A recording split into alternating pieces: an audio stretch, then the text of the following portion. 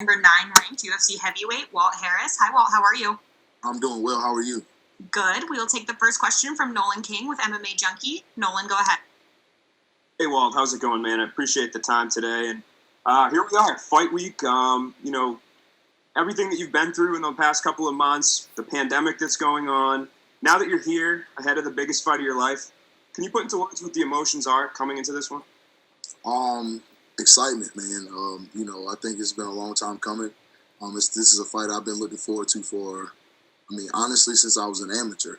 I've watched Overeem before I ever started fighting, so to get in there and be in the same conversation with him is something that I've always worked for and worked towards. So Saturday night, I'm going in there to put on a show for the world, man. We're only sport, so it's going to be fun. I can't wait.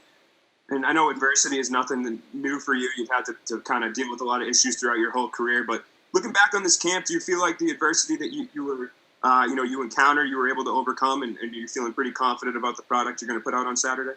Oh, for sure. My confidence is at an all-time high. Like you alluded to, the adversity that I've gone through in my life, fighting is just a fight. You know what I mean? I faced something that, no father should ever have to face. So I feel like, fighting is just something that I'm doing and something I'm good at, and then I put my heart into. So I'm going to go in there and perform and do what I do best, man, and let the chips fall where they may. Right now in the heavyweight division, it's kind of an interesting time. It seems like there's a lot of contenders at the top. There's a little bit of a logjam. With a win over Overeem, where do you think that puts you in the division? Do you feel like you're going to be in that conversation for, either one or one fight away from a title, or kind of in that conversation? I see it being one fight away. But I always prided myself on being a company man. So if the UFC wants me to step up and take an interim title, I would definitely do it. I feel like mentally in this space where I'm at in my career, I'm so ready for whatever. And I'm prepared to fight whoever the division has to offer or whoever the UFC has to offer. I feel like I'm a bad matchup for all of those guys, and I match up well with all those guys. So, I think it's my time to shine, and Saturday night I plan on proving it. My last question for you, Alistair Overeem's a guy that's been around for a long time. We've seen him come out in fights and give a lot of different looks. What are you expecting to see out of him come Saturday, and what should fans expect to see out of you? I think from him, I'm going to see a guy who's going to try to grind me, push me against the cage, grapple, drag the fight to the deep rounds, and try to hang on. With me, you're going to see the same me, explosive, athletic, but with a renewed vigor. My focus has been laser sharp, since the tragedy. I'm fighting for a different purpose. And my daughter is with me everywhere I go. So when you got something like that pushing you, man, right now at this point in my career, I feel like I can run through a brick wall. So he's going to be facing a dangerous man on Saturday night for sure.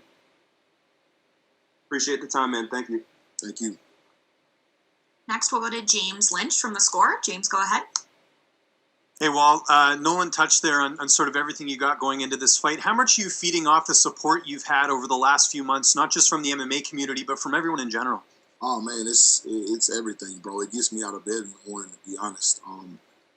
So many people have done so many things for myself and my family. It's just, it's overwhelming at times. I'm so grateful. I'm so thankful for, everybody from everybody at the UFC to my neighbors, my community. My community has been amazing. And that's something that is, like I said, it makes for a dangerous fighter when you realize that so many people love you and are concerned about you and your family. It gives you more to fight for. It gives you more energy and training. It gives you more focus, and so that's where I'm at with it, man. I'm just excited. Can't wait. And we spoke to Eric Anders earlier. This is the first time you guys have fought on a card together. I think since he was an amateur. What does it mean to be a part of this big card, be the main event, and also have Eric there right with you? Man, it's special, man. I remember the first day of camp, I told him, I said, bro, it's about to be an awesome camp, because we're always kind of either I'm fighting before him or he's fighting after me, and so we kind of like hit and miss each other during camp, but we spent every day together, and we've always been close. So it's really special to be able to fight on a card with him and be the headliner. It's something that I've always dreamed of being, in the UFC, being a headliner, being a main event. and to have my little brother on the car with me is extra motivation because that dude works so hard, So he pushes me, and it's just I got to prove something to him too. So I want to make him proud as well. And both of you spent some time at Extreme Couture earlier this year. How much of a benefit was that heading into a big fight like this? Oh man, it's dope. Coach Eric Nixon he's my boy. So when we go out there, it's all love. It's just like being at home. It's just with a bunch more guys who got the same, mindset and the same motivation as you. So when we are in Vegas, we're working 110%, just like we're at home, man. It's awesome. It's really good. It's highly unlikely this fight goes the distance. I think there's going to be a finish here. If you do get that knockout victory, and Nolan sort of touched on it there, do you feel like that puts you in the title picture right now, or at least close to it, just because that would be 5-fight unbeaten streak for you right now? Yeah, I definitely feel like, a win over Overeem is going to thrust me in the conversation for sure. I think people have been clamoring for it. There's certain people that my name gets tossed around on social media and different outlets with. So I think I'm at that time now. It's time to make those fights happen. So a win over Overeem definitely puts me in the conversation. 2 quick ones for me. How much you missing hockey right now? Bro, bro, I'm sick right now, man. The last hockey game I went to was in D.C., and I had a blast. I got to meet Ovechkin, and, it was just like the highlight of my life, man. So I'm struggling right now. I've been watching a lot of old games, though, a lot of old Penguins games. That's cool. What was it like meeting Ovechkin? Did he give you any advice or anything? I mean, we're talking about a Stanley Cup champion here.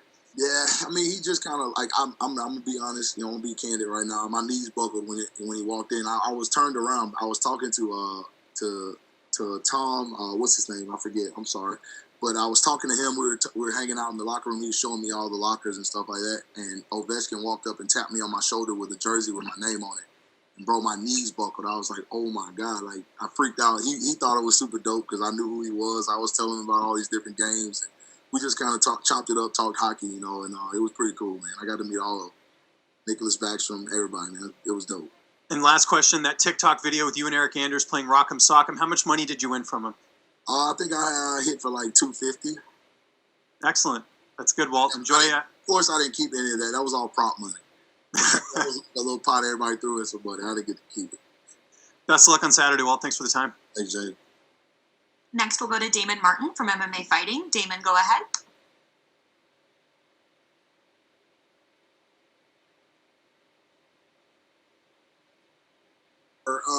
And Dana White talked about it yesterday about the emotion going into a fight like this. The entire world is kind of behind you going into this fight for obvious reasons. But how do you balance that emotion? Because at the end of the day, this is a fight. You got to go out and fight one of the greatest heavyweights of all time. Like, how do you balance that in your head? I'm a pretty even keel guy. I've been competing my whole life. When it comes to athletics, it's just something that I do. I have a switch. I know how to control those emotions based on the fact that like you said, it's a fight. And I alluded to it earlier. I've been through so much in my life that I prepared for this. This is what I'm here to do. So I'll be 110% focused. And I think the no crowd actually is a benefit in this situation because there's no outside distractions.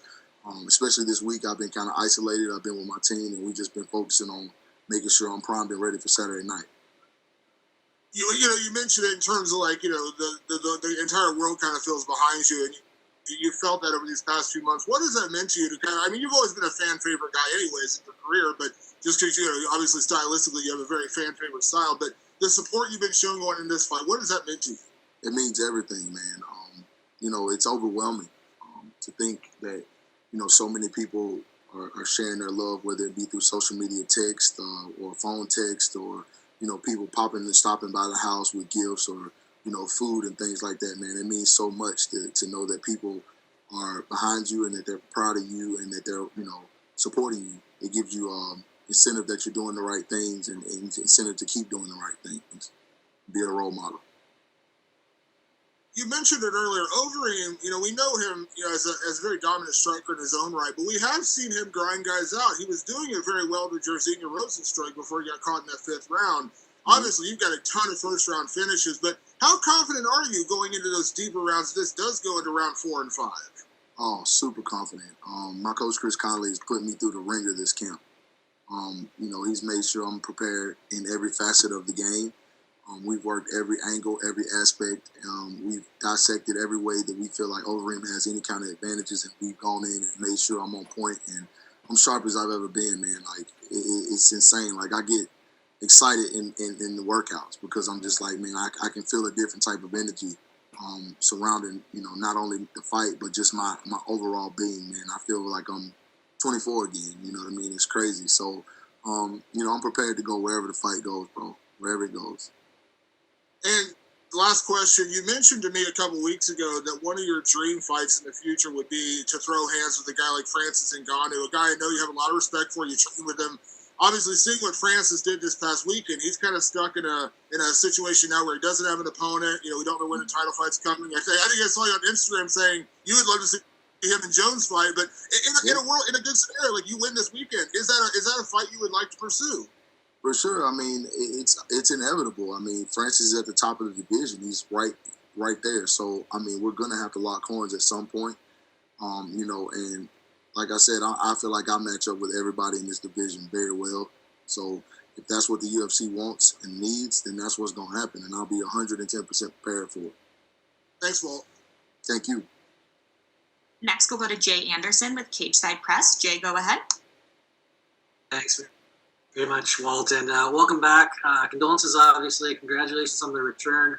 Was there a moment sort of in your head at some point that said, you know what, I've got to get back to fighting? Yeah, I went through a dark period, as you probably could already imagine, and it just I felt myself slipping the opposite direction of what I set out to be as a man and as a father. And I just had a talk with my wife one day, and she was like, you know what, why don't you start back training and try to get your mind off of it? Because there was a point, honestly, where I felt like thinking of anything but my daughter was wrong. I battled that so hard. I was like, if I go back to fighting, am I not thinking of her? Am I doing the right thing by her? But, I prayed about it, and I could hear her tell me, Daddy, I want you to go back. I want you to fight. This is what, we worked so hard. I sacrificed so much. Mom sacrificed so much. You sacrificed so much.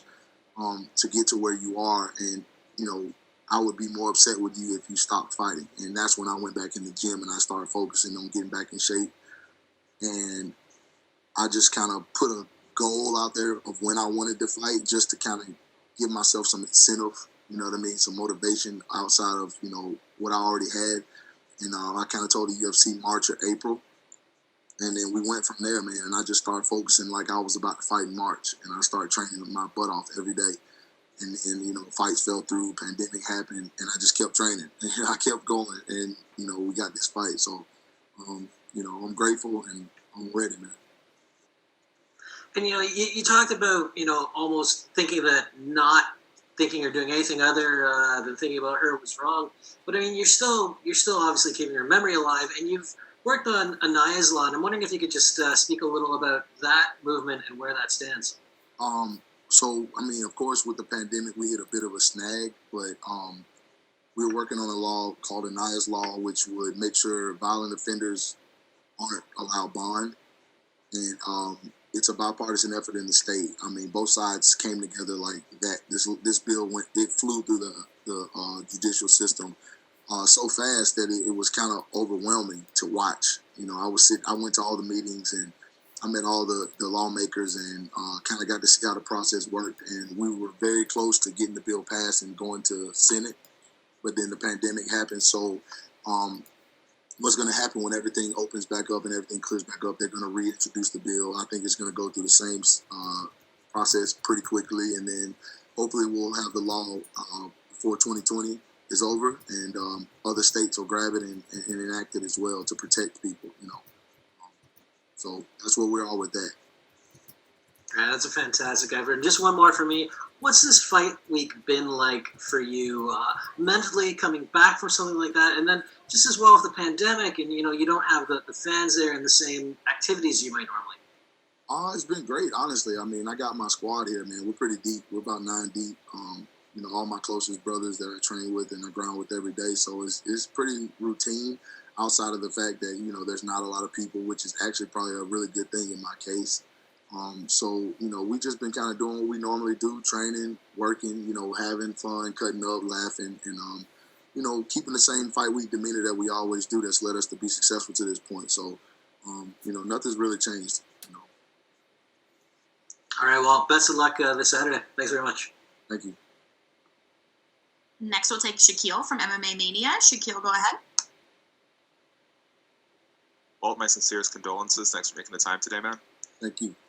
You were talking about passing that bill. What does it mean to you and your family to think that, should it get through and get adopted by the other states, this tragic situation could have a long-term, in your eyes, beneficial impact on the entire country?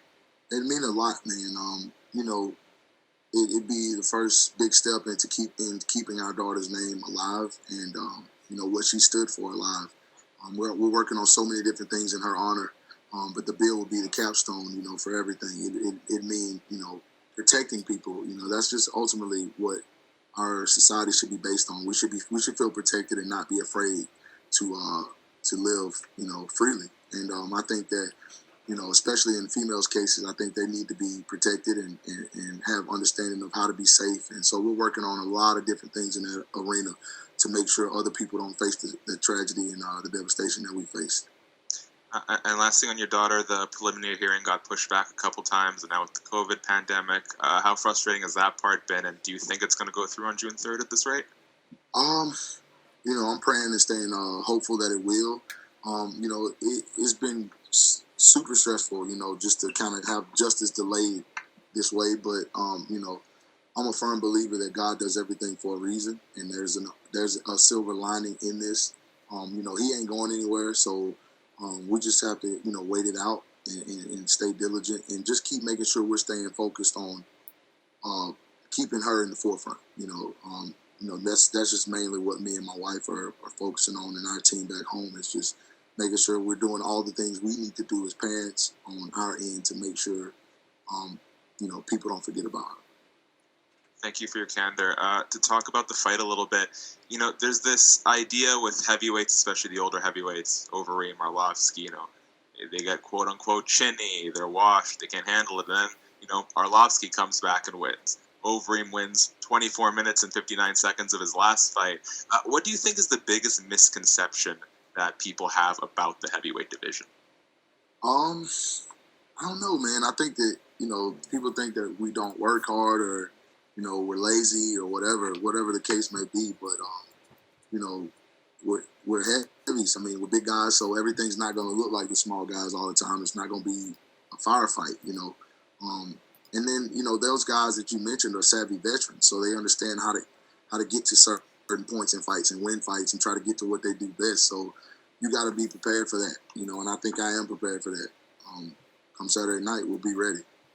And the last thing for you, the crowdless ambience has had an interesting impact on the last couple of events, whether it's Daniel Cormier accidentally giving out instructions to fighters, or maybe Anthony Smith's corner giving too much advice, or someone like Eubanks who was actually talking trash to her opponent's corner mid-fight. How do you expect to make the most of this new environment? I'm just gonna soak it all in, man, and just find that peace in it. You know what I mean? I think that when you take the negatives out of things and accentuate the positive, that's when you shine. So that's just always been my mentality. It's always the way I think. So I'm gonna think of it as me being on the prelims. You know what I mean? And I will go in there and I'm gonna do my job and I'm gonna come out of there with that W. Okay, Walt, thank you. Best luck on your fight and well wishes to you and your family. Thank you. All right, and lastly, we'll go to Alistair Bishop from MMA Republic in South Africa. Alistair, go ahead. My name's Alistair. I don't know if I want to talk to you, but Why? Don't be like that. your name's Alistair. I'm just kidding. All the way from South Africa. How are you, sir? Thank you, brother. Thank you. Fantastic. Condolences firstly to you and your family, man, and hopefully you've got a good night ahead of you to really stamp your authority back on the division. Yes, sir. So what I really want to ask you is, obviously we just saw Francis Ngannou put on a massive display. Obviously, being an African brother, that's who we're really watching back from South Africa. But I want to ask you, where do you think you fit into the picture here now with Curtis Blades, Francis Ngannou, and yourself if you get a win? Obviously, not looking past Alistair Overeem. Just where do you see yourself in that picture? I feel like I belong in conversation with all those guys. I feel like I'm one of the most talented heavyweights in the entire division, and I feel like when I went over Alistair, it's going to thrust me right there in the middle of all of that. And I'm prepared to fight any one of those guys you name. I feel like, it's my time to be in that conversation. I've worked hard. I've been through a lot in my career, ups and downs, battled adversity. So I think it's my time to shine, man, and show the world what I'm truly capable of. And I'm hitting my prime right now, so I'm excited. Fantastic. And looking up the division, watching a guy like Francis Ngannou put on a display like he did, what are your initial thoughts to that kind of a display? It's impressive, man. I mean, I called it, to be honest. I feel like Francis I trained with him. I mean, the dude's a monster, man. He's huge. And, he's got a lot to prove of himself. I mean, he was off for 19 months, so I kind of saw him coming into that fight very aggressive and looking to finish fast and prove a point. And he did exactly that, man. So big ups to Francis, man. I'm cool with his whole team. So, that's just, it was awesome to watch, honestly.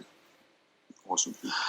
Looking at Alistair Overeem and the style of fight he's been adopting lately, as he's gotten on his career, when fans watch heavyweights, obviously they want to see the big knockouts, and that doesn't always come. Do you feel pressure to really hunt for that knockout, to really say, okay, I'm here in this division and I'm the next title contender? No, not really hunt for it. I've learned throughout my career that hunting for it never comes. You kind of got to let it come to you. And I feel like I'm a guy that reads and reacts very well in the fight, and that's where my knockouts come from. So, I'm just going to go in there and be me and do me and let the knockout appear when I see it. I'm going to take it for sure. I'm going to try to finish the fight. That's what I do. But I'm definitely not, I don't feel any pressure or, anything. I just need to go in there and get this done, and make it look good, which I plan on doing. Fantastic. Thank you so much for your time, and all the best. Thank you. All right, well, that's it. You are all set. Thank you so much. Thank you.